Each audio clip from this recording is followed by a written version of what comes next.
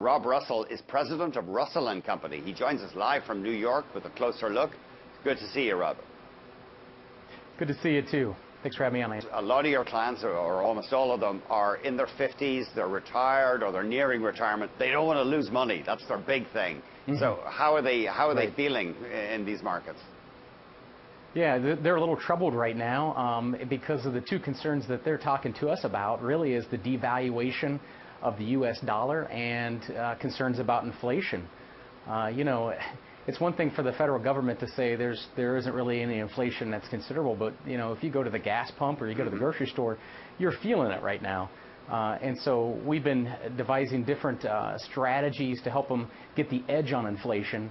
And one of those is actually having an allocation to stocks that have some kind of positive correlation to commodity pricing, whether they're mining stocks or agricultural-based stocks and so on and so forth. And we think as commodities, whether they're soft or hard or precious metals, as they continue to climb, that's one way to protect the purchasing power, especially for those clients that are retired or getting close to retirement.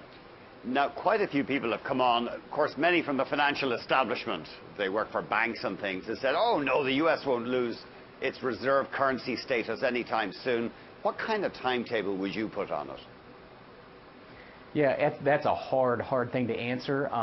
I do believe there's a strong chance it'll happen. Things, you know, may go in a different direction, but you know, Brazil, China, and some other nations, the BRIC nations, are already in talks now of a basket of currencies versus just having the U.S. dollar as the main reserve currency. So I do believe it's going to happen. It is off in the distance. If I had to put my finger on it, I would say the risk on that is you're talking 3 to 5 years out. But a lot can change between now and 3 to 5 years. So I believe in being early to the party versus late to the party, and I'd rather do the planning now, a debasing of the U.S. dollar. Now, we've seen a big move into bonds as people move out of stocks over the past few weeks. Are you buying bonds yourself? Yeah. Very specific types of bonds. You know, we've seen a broad-based sell-off in all risk-oriented investments, even today. I mean, everything from equities to precious metals, and people flooding into bonds. And I actually believe that's the wrong course of action. If you're specifically U.S. Treasuries and U.S. corporates, if you're wanting the security of a bond, I think the opportunities are actually over in the emerging markets. And the reason is the bonds in emerging markets the values have come down because inflation has risen, pushing the prices down. So they're more of a value play. You're getting them at a better price, and the yield is actually better than what we're seeing here in the U.S. We're at a 30-plus year high in terms of fixed income here in America, and you know, honestly, the opportunities selectively are in the emerging markets. Where are you finding opportunities in the States? I gather you're only interested in looking at commodity shares right now. Well, yeah, that and energy, some utilities plays. I would just warn investors in terms of sectors to stay away from, you know, some of the consumer staples and consumer discretionary and so on and so forth, because those are the companies that are going to be pinched and squeezed the most as cotton prices continue to escalate, and corn and everything else. All the raw input prices have just gone through the roof, and so the price of their product has gone up, and that trickles down to the consumer.